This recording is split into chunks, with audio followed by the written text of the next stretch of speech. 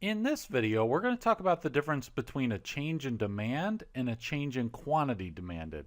So a change in price, holding everything else constant, just changing the price of a good or service, is going to lead to a change in the quantity demanded of that good or service. And that's going to be a movement along the demand curve.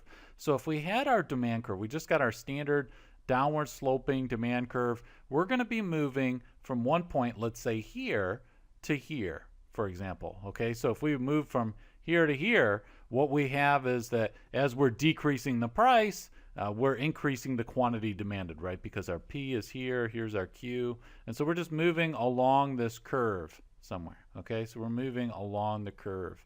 Now, a change in something other than price, for example, people's incomes, people's tastes and preferences, the price of a substitute or complement good, and so forth, will lead to a change in demand, which, although it sounds similar to change in quantity demanded, it's not the same thing.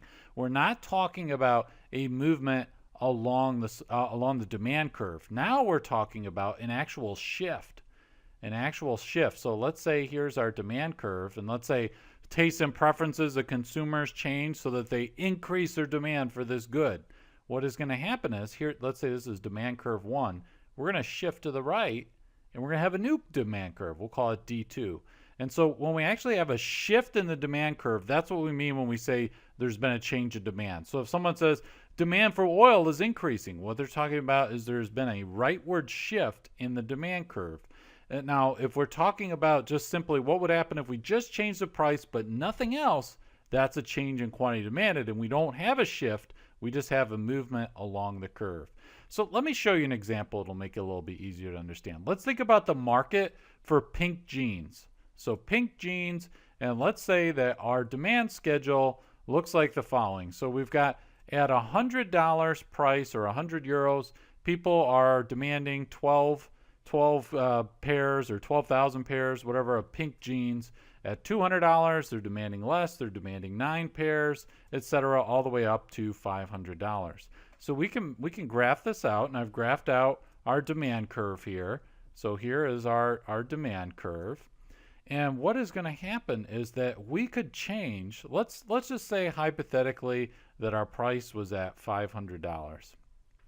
So at a price of $500, P equals 500, Q, our quantity demanded, equals 0. But what if the price were to change? What if the price were to change and now it's a price of $300?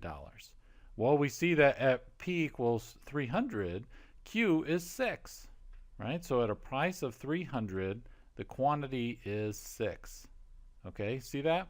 So what we've done is we've just moved along the demand curve. We haven't drawn a new curve, we haven't shifted or anything like that. We moved from this point here, we've moved from that point to here, to this point. We just moved from one point to another, but we stayed on the same demand curve because there was simply a change in price. But what if there was something other than a change in price? There was a change in preferences. For example, you see a famous musician, somebody who's very famous, they are wearing these pink jeans, and then consumers say, hey, I want some jeans. So now I want some pink jeans. So now there's a change in preferences, in consumers' preferences. There's an increase in demand for pink jeans.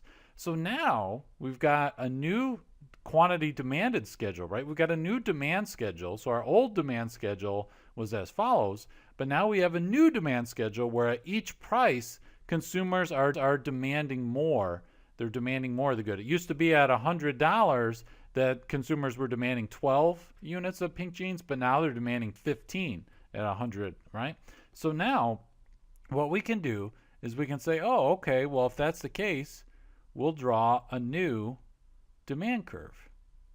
We'll draw a new demand curve, and we'll call that D2. So our first demand curve was D1, and now we've got D2.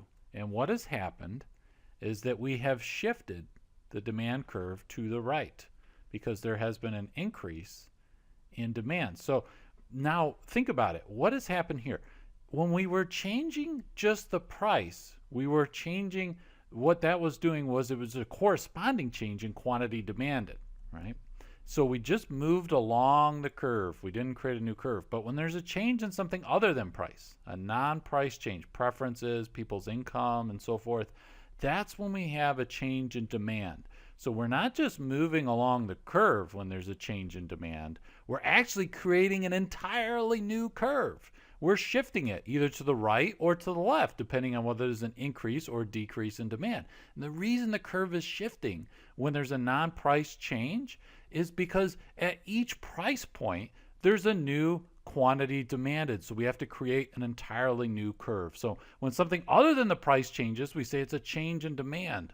But when only the price changes, all else constant, then we just have a movement along the curve and it's a change in quantity demanded.